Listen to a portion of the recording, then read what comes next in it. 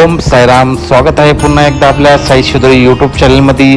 तर आज आम्ही तुमच्यासाठी घेऊन येत आहे नवीन ब्लॉग. तर आज आपण शिर्डीपासून चाललेलो आहे 100 किलोमीटर अंतर असणाऱ्या 12 ज्योतिर्लिंग श्री घुसनेश्वर महादेव मंदिर वेरूळ येथे.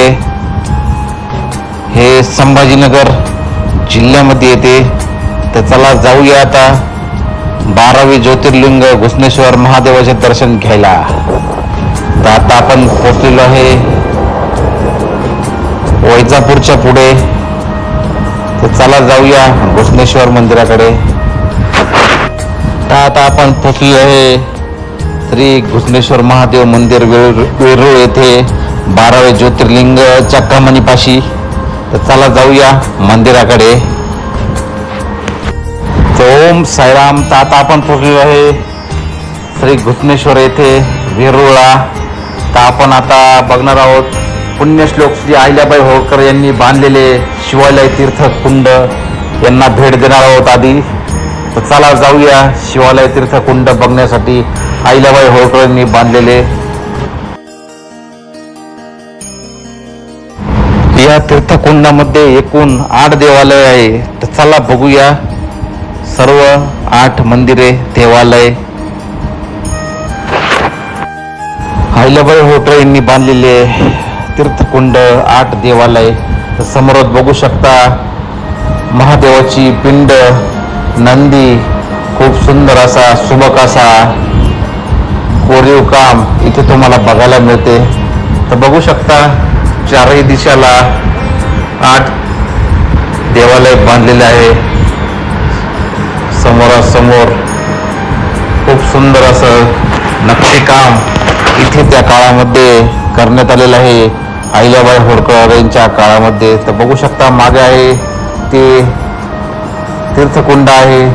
तर इथे संध्याकाळी लेझर शो असतो तीर्थकुंडामध्ये इथे बनवलेला आहे. तर तुम्हाला बघायचं असेल तर संध्याकाळच्या टायमाला इथे यायचा तुम्हाला लेझर शो बघायला मिळेल. तर आपण बघितलेलं आहे आता अहिल्याबाई होळकर यांनी बांधलेले तीर्थकुंड. तर बघू शकता खूप सुंदर असा नजारा इथे बघायला मिळतो. हजारो भक्त इथे वेरूळ आल्यावर नक्की भेट देतात. तर समोरच आहे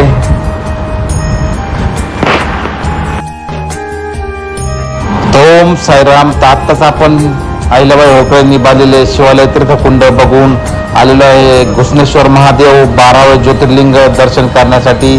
तर समोर बघू शकता आपण एंट्री केलेली आहे गेटमधून. तर समोरच आता आपण आलेलो आहे 12वे ज्योतिर्लिंग घुसनेश्वर महादेवाचे दर्शन घ्यायला. तर बघू शकता समोरचा नजारा खूप सुंदर असा आहे. तर चला जाऊया दर्शनाला. घुसनेश्वर मंदिर हे एक प्राचीन शंकराचे मंदिर असून ते 12व्या ज्योतिर्लिंगापैकी एक म्हणून प्रसिद्ध आहे. छत्रपती संभाजीनगर जिल्ह्यातील दौलताबाद पासून सुमारे 11 किलोमीटर अंतरावर आणि वेरूळ जवळून हे मंदिर आहे. शिवपुराण, पुराण, रामायण, महाभारत या ग्रंथात या ठिकाणाचे उल्लेख मिळतात.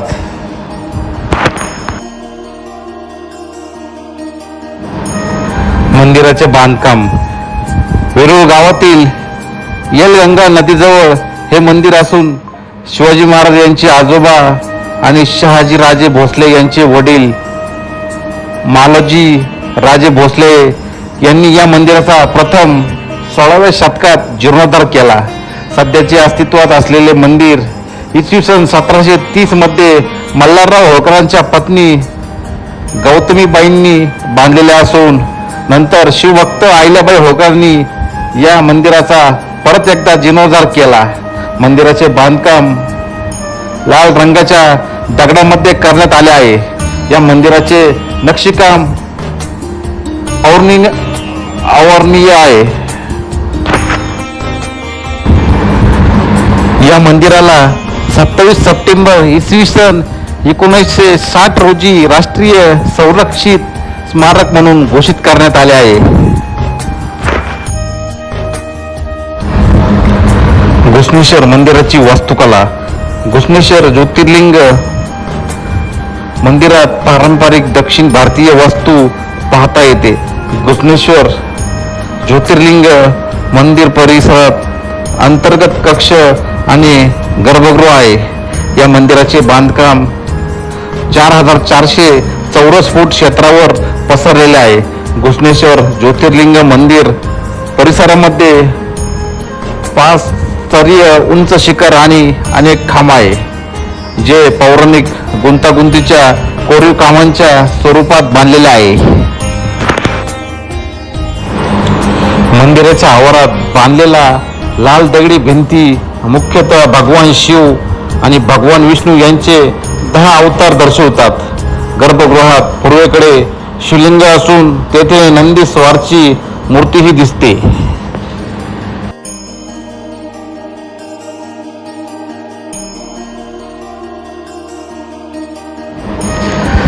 घुसणेश्वर मंदिराजवळ एक तलाव आहे, ज्याचं नाव शिवालय तलाव असे आहे.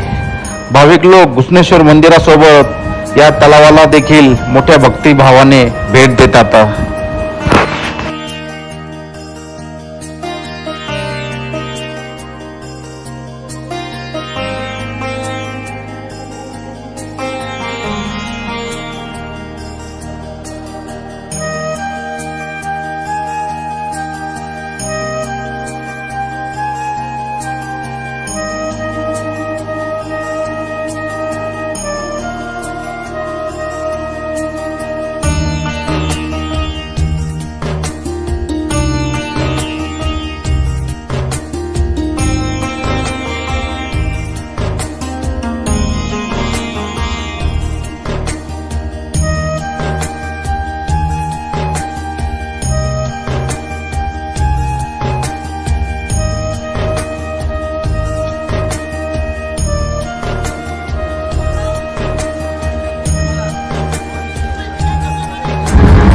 ओम साईराम.